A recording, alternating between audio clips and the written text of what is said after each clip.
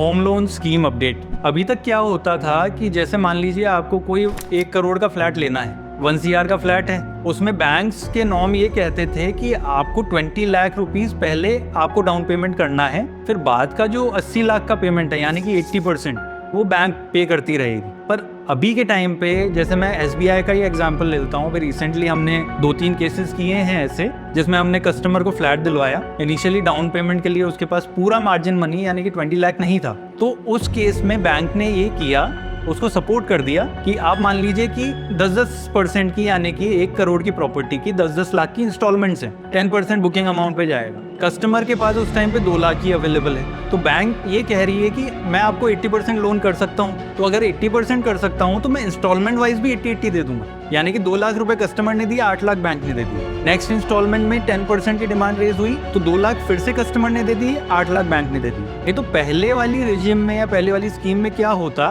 कि शुरू के जो 20% है वो कस्टमर को ही अरेंज करने पड़ते, और एट टाइम्स कस्टमर इस वजह से इस प्रेशर में प्रॉपर्टी बाय नहीं कर पाते, जो कि अब बैंक सपोर्ट करने लगे।